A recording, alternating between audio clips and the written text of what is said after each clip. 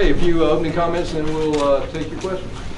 As always, I'd like to thank our fan base. I thought the dog walk was tremendous, great atmosphere. I thought our fans were really into the game early, especially had an effect on the Tennessee offense, where we were able to get some 3 and outs, get some things going there, and get the ball to our offense. Proud of the guys today, the way they competed. Had some adversity, had some plays we missed that I thought we should have hit. Gave up a couple plays defensively that we had some busts on, but when the things mattered most, like coming out the second half, we wanted to set the tempo. I thought the offense had a really good drive, and then when we had to have a drive in the second half, they came up with a big drive. I thought Brian Herrion produced a lot of juice for us, a lot of energy. We have to improve. We've got to get better. A lot of things we can work on to get better, and we're going to continue to do that. I thought our team worked really hard last week, and we improved in some areas. We got to continue to do that. With that, I'll open it up. You got to be improved, Kirby, with the proud of the defense way to snap back against the run today. Just 66 yards you gave up net. So yeah, when we played it right, we had success. We had some runs come out on us that we weren't lined up right. We just got to execute at a higher clip. And am I happy with the totality, with the numbers? Yeah, but the result's that's not what's important. I think everybody looks at the result. The result is 66 yards. I'm looking at it as this guy didn't line up right, this guy didn't play with the right technique, and we gave up a 9-yard run. Well, if you can improve that, then you give up 54, you give up 55, and it changes. So we got to continue to improve, but I am proud of the toughness and striking and the ability to hold the run within reason. This game went a little differently as far as your quarterbacks went, with them kind of coming in and out a little bit more. How would you assess the way they played today? I thought both guys did some good things. I think Justin provided us a spark that we needed at times, and he's a very diligent worker. He's been meeting extra. He's coming in to learn things and pick them up, and he gives us an asset to the offense that sometimes provides us a spark we may need. I thought Jake did a great job commanding the offense, understanding where to go with the ball. If we don't give up pressure on some of those third downs, he probably even hits even bigger plays, because there were some plays out there that we left hanging that a couple of them he didn't have a chance because of the pressure in the pocket. So we got to do a better job protecting him.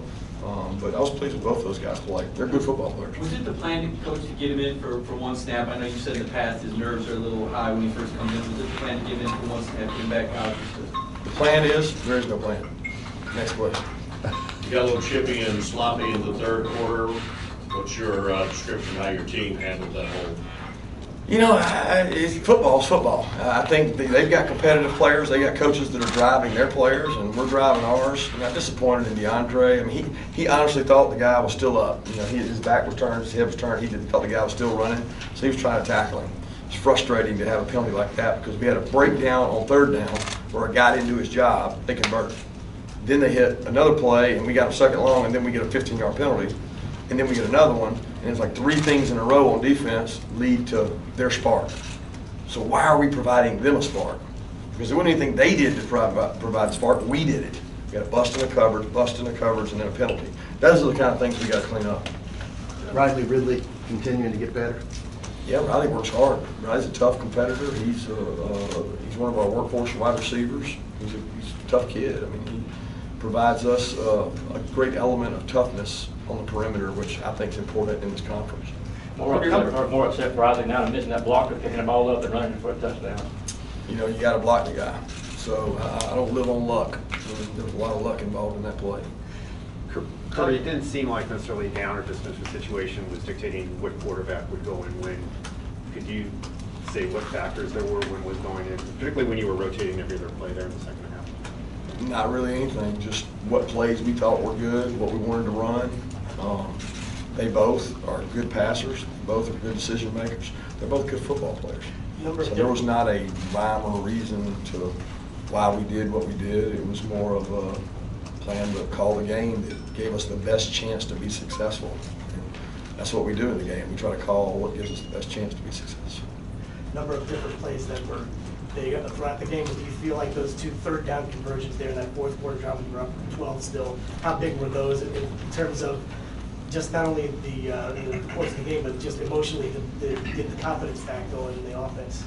I thought they were huge. I mean, there was a lot of big plays in the game, but that was the momentum swing where our offense had to go out and challenge each other up front to strike people, move people, and I thought Brian Herrion provided some juice. You know, he's a guy that can make people miss, and I've seen that side of Brian for a long time. He protected the ball well. He ran hard.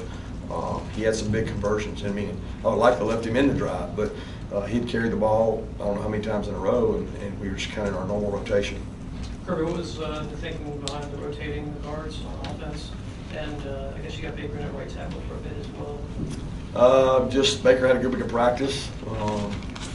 We base things on how you go out there and practice and how you do, and we think he gives us a chance to be successful. He's played a lot of football around here. It's hot today, so we thought that rotating guys there would help us. We'll have to evaluate how they played and then see how they do this week in practice. Where do you think the development of leadership is right now, player leadership? Well, I think it's like anything. You're not born sprinting. So you have an evolution of you walk, crawl, you walk, you jog, you run. It's the same way with our leadership. We didn't just snap, all those leaders leave, and then all of a sudden these guys assume the role. They're growing. We've got guys stepping up, being demanding. I think that's an important part of a team, but I don't think it has to be one person, and I don't think it has to be the same every year. It comes from different areas of your team. And our team's still developing, guys. We're still growing as a team and trying to get better. Coach, earlier in the game, what are your thoughts on the run game specifically?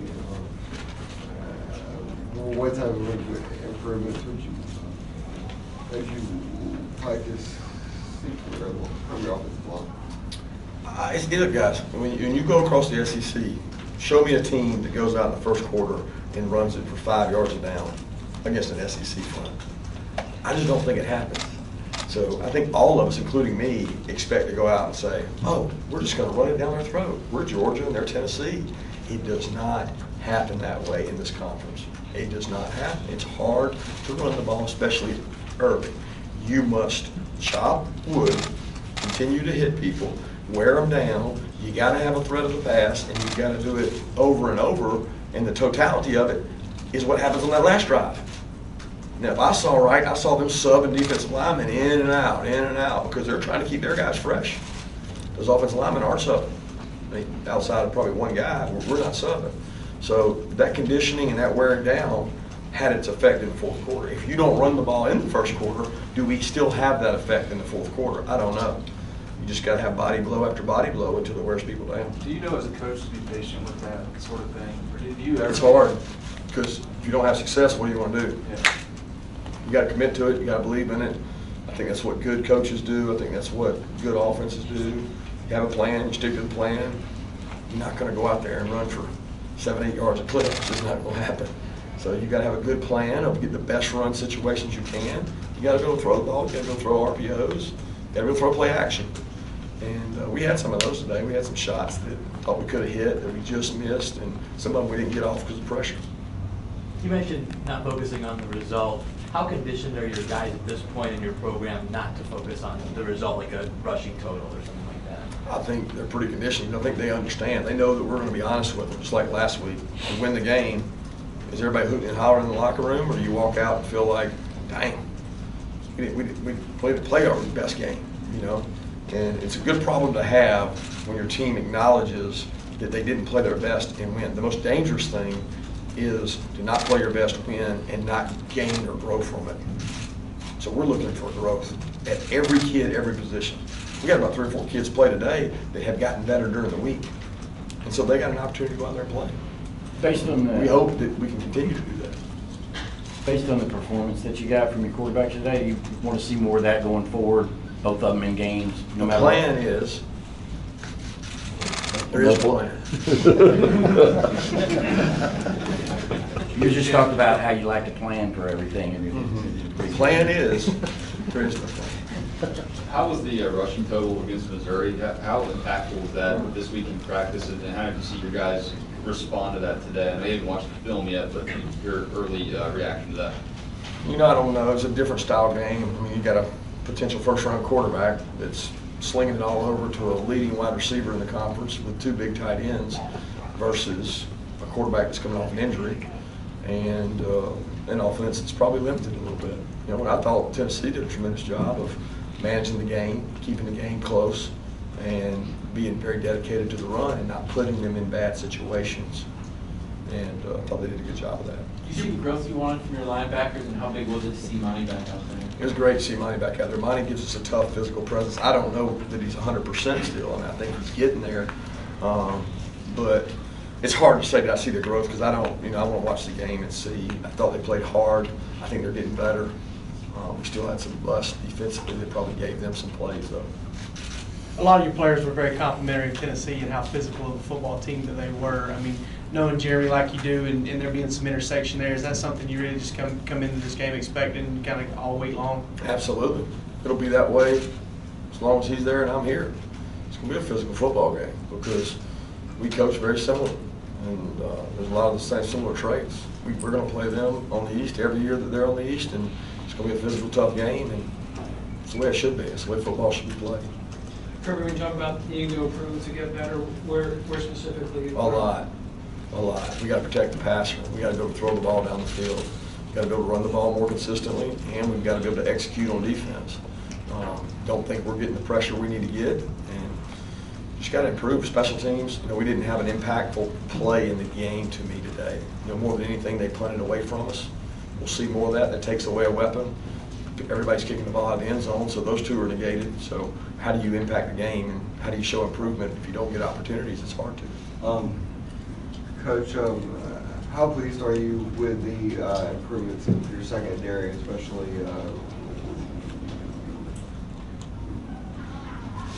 show the talent and the consistency that is shown by your Baker? I'm proud of the competition in the secondary, the way the guys compete and practice. They're getting better each and every week. We got to continue to grow. I don't know. You tell me. I didn't think we got tested a lot in the secondary out there today. I didn't think it was like they were playing the game to keep the game close. They didn't take a whole lot of shots. But we continue to get better. Richard practices hard. Richard's got a chance to be a good player. He's fast. He's physical. He's getting better. He needs to continue getting better. A couple of drop passes today, Kirby, that were huge drop passes, meaning a couple of folks wide open. Godwin specifically. What did you say at the start? A couple of drop passes, Godwin specifically. Those guys, those could have been big plays. Yeah, I thought we had a couple opportunities. I don't have to watch the one on Godwin. I thought Jake did great recognition to see that he was uncovered. Terry was smart to know that he was uncovered. A lot of our wideouts probably wouldn't have acknowledged that, and it just was outside the stretch of his hands. We're not looking for blame on who it was. I think that's a play we got to make. We had a couple others that we're going to hit a big play, but we don't protect the quarterback real well. So we've got to do both. We got to improve in that area.